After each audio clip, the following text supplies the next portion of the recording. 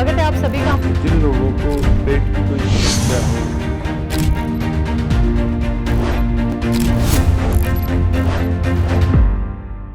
नमस्कार, स्वागत है आप सभी का हमारे बेहद खास प्रोग्राम में। मैं हूं आपके साथ शैलजा त्यागी और इस प्रोग्राम के जरिए आपकी सेहत का ख्याल रखने के लिए हम हकीम साहब से वो नुस्खे पूछते हैं, वो जानकारी आप लोगों तक पहुंचाते हैं जिसे अपना के ना सिर्फ आप लोग सेहतमंद होते हैं बल्कि अपने जीवन में एक बड़ा बदलाव लेकर आ सकते हैं।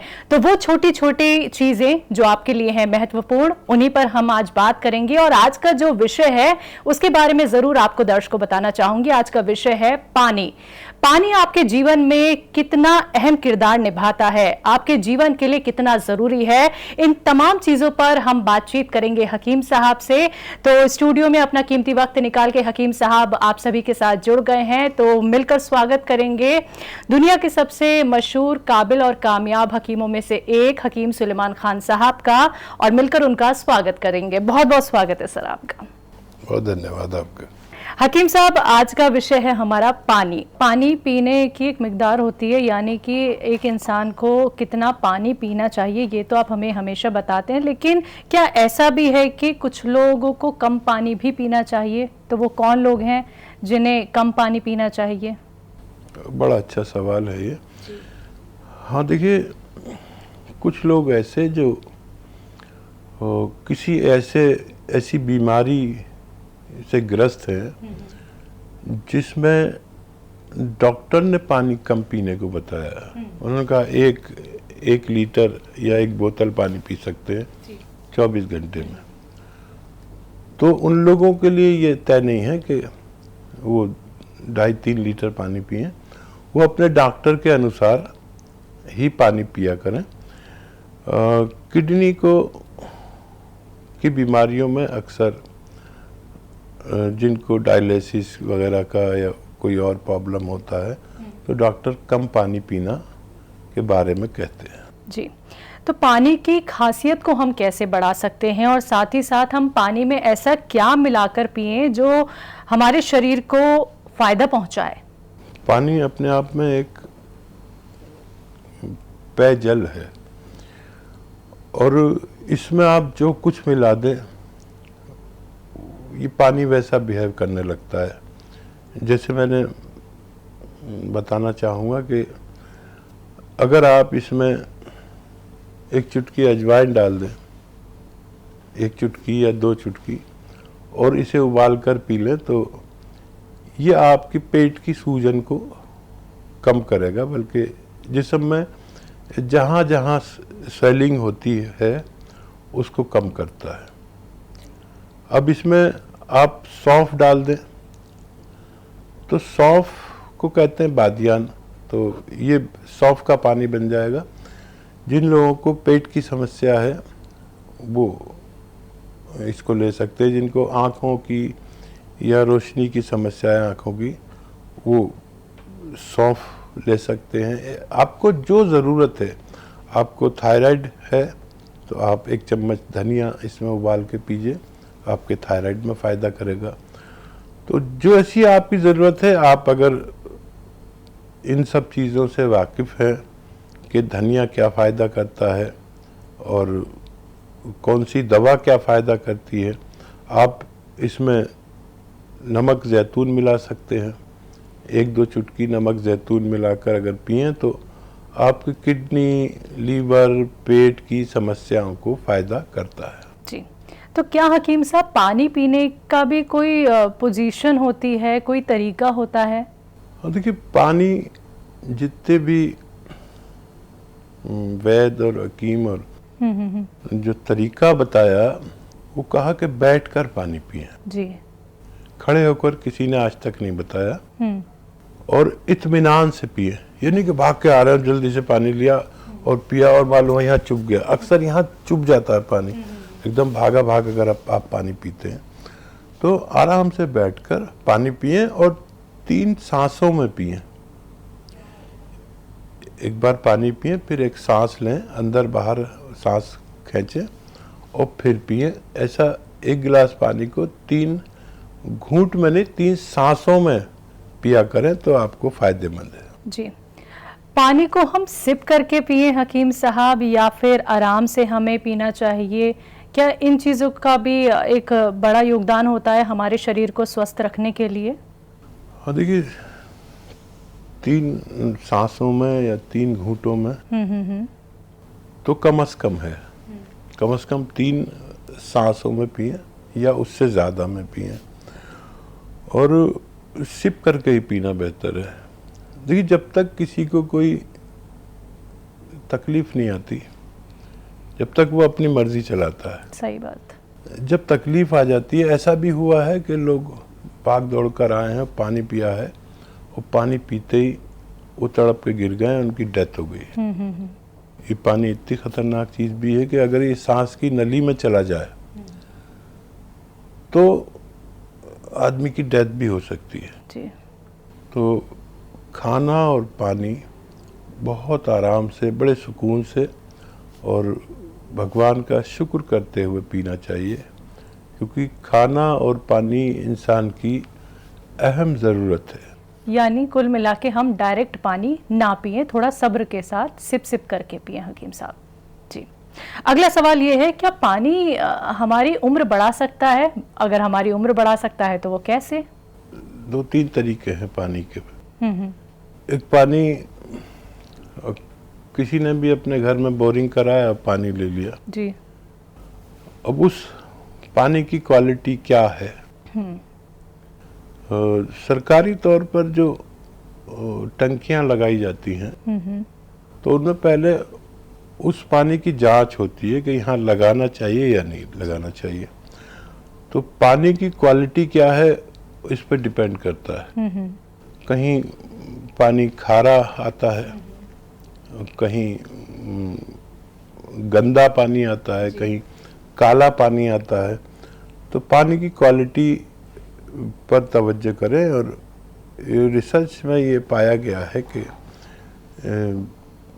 ठंडे पानी के बनिस्बत, यानी जो लोग ठंडा पानी पीते हैं और जो गर्म पानी पीते हैं, उन देशों में लोगों की उम्र का रेशो, जैसे मैंने बताया कि जापान और चाइना में बूढ़ों की तादाद बहुत ज़्यादा है। जिनकी उम्र 95 या 100 साल है, उनकी तादाद बहुत ज़्यादा है। हमारे हिंदुस्तान में जवानों की तादाद बहुत ज़्यादा है और बूढ़ों की तादाद कम है। हिंदुस्तान में सिर्फ 7% लोग 60 साल की उम्र से ज़्यादा जीते हैं। और वहाँ जापान और चाइना में बूढ़ों की तादाद इसलिए ज़्यादा है कि वहाँ ठंडा पानी कभी नहीं पिया जाता। अगर मैं पानी को बालों से जोड़ूं हकीम साहब, तो किस पानी से हमारे बाल झड़ने लगते हैं? हाँ देखिए, ये जैसे मैं अभी बता रहा था कि पानी की क्वालिटी जी, जैसे लोग दुबई जाते हैं तो वो वहाँ पर जाके बाल झड़ने का शिकार हो जाते हैं जी। तो वो लोग हमेशा अपने बालों की तरफ से गंजे होने लगते हैं। तो वो लोग क्या करते हैं, पूरा जिस्म तो जो पानी आता है उससे नहाते हैं, और जो पीने का पानी है, जो ब्रांडेड वहाँ कोई पानी आता है, उससे तो बाल धोते हैं, नहाते हैं, मतलब सर को उससे धोते हैं जी। बाकी जिस्म उससे धोते हैं जो वहाँ पर पानी सप्लाई किया जाता है। तो खारा पानी या समुद्री असरात का पानी अक्सर बालों को नुकसान पहुँचाता है। हकीम साहब, हम ठंडे पानी से नहाएं या गर्म पानी से नहाएं? बहुत अच्छा सवाल किया है। देखिए, ठंडा पानी से नहाना बहुत ज़्यादा फायदेमंद है बनिस्बत गर्म पानी के। वैसे तो अपना माहौल भी होता है, आदमी जिस माहौल में पला है वो वैसा करता रहता है।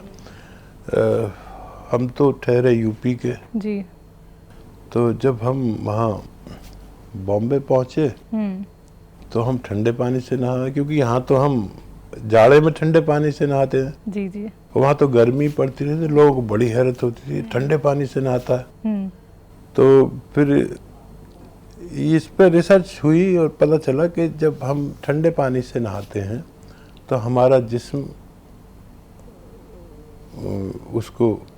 उससे बहुत फ़ायदा पहुंचता है हमारे जिस्म को। हमारा जिस्म इसको एडजस्ट करता है और उसमें हमारे तमाम ऑर्गन बहुत अच्छे से काम करना शुरू कर देते हैं। जी हकीम साहब, जो लोग इधर से उधर अपने शहर बदलते रहते हैं उनका पानी भी बदलता ही है, तो बदलता पानी, बदलता शहर, क्या फ़ायदे और क्या नुकसान? देखिए, कुछ लोग होते हैं, कुछ लोग कहते हैं कि शहर बदला तो बाल गिरने की परेशानी होने लगी। मेरा बाल पहले बहुत अच्छे थे और अब बाल अच्छे नहीं हैं, और ऐसा कहने सुनने के लिए ही है।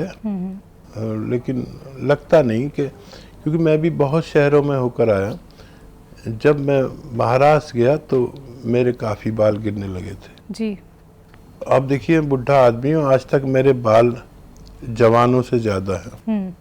तो जब वहाँ बाल गिरने लगे तो मैंने वहाँ नारियल पानी और गोंद मोरिंगा सफ़ेद पीना शुरू किया। 1 ग्राम गोंद मोरिंगा सफ़ेद और 1 गिलास कम से कम नारियल पानी, तो मेरे बाल गिरना रुक गए। तो ऐसा तो नहीं कि वहाँ जाके कोई और बीमारी की वजह से आपके बाल गिरने लगे हों, तो बाल रुके और आज तक हैं। मैं 60 साल से ज़्यादा का हूँ और मेरे बाल गिरना बंद हो गए। गोंद मोरिंगा सफ़ेद अगर असली मिल जाए तो उसे इस्तेमाल कर सकते हैं, और ये मेरा तजर्बा है। जैसे लोग कहते हैं कि हमारे बाल गिरते, मेरे भी गिरने लगे थे, लेकिन किसी और बीमारी की वजह से या किसी शैम्पू की वजह से। मेरी नज़र में शैम्पू और डाई बालों को सबसे ज़्यादा नुकसान पहुंचाते हैं। जी, तो हकीम साहब, अब पानी का एक अपना भी स्वाद होता है। हम कई लोगों के मुंह से सुनते हैं, अरे ये पानी तो मीठा है, ये पानी तो खारा है। तो मीठा और खारा पानी में कौन सा फायदेमंद होता है?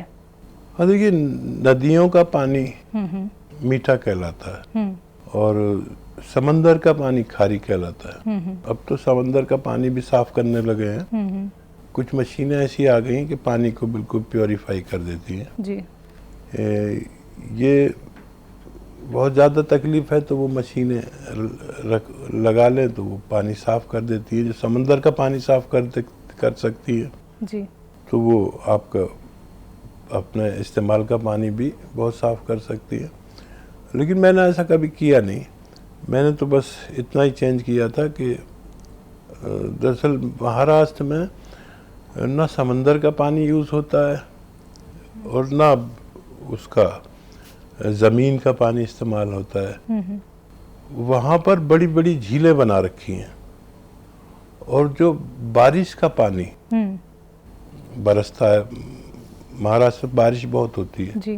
और बारिश ना हो तो महाराष्ट्र यानी बम्बई खाली हो जाए तो वो झीलें भर जाती हैं पानी से, कुदरती पानी से। फिर उसको साफ़ करके लोगों को सप्लाई किया जाता है और पानी की वहाँ किल्लत है। जी, तो कुल मिला के मीठा पानी पिएं या खारा पानी हकीम साहब? ये मीठा पानी, नदियों का पानी या बरसात का पानी, ये मीठा पानी कहलाता है। अच्छा, ज़मीन में भी खारा पानी आता है जी। जब आप बोरिंग करते हैं अपने यहाँ तो उसका एक अलग टेस्ट होगा। जो आपके घर में पानी है वो आपकी ननिहाल का पानी से कुछ अलग ही होता है। बिल्कुल। तो वो पानी की एक जांच भी होती है, अगर वो जांच करा ले तो फिर आप सही समझ पाएंगे कि आपको जो पानी सप्लाई हो रहा है बाहर से या अपने आपके यहाँ बोरिंग हुआ है या कुछ ऐसा पंपिंग सेट है कि आपको किस दर्जे का पानी मिल रहा है। जी, तो हकीम साहब, पानी से जुड़े तमाम सवालों के जवाब देने के लिए, हमारे स्टूडियो में आने के लिए आपका बहुत बहुत शुक्रिया हकीम साहब। बहुत धन्यवाद आपका। तो दर्शकों, उम्मीद करूंगी कि आपको भी पानी से जुड़े सभी सवालों के जवाब मिल गए होंगे। तो स्वस्थ रहें, सेहतमंद रहें, ऐसे ही हमारे साथ जुड़े रहें। मुझे दीजिए इजाजत, नमस्कार।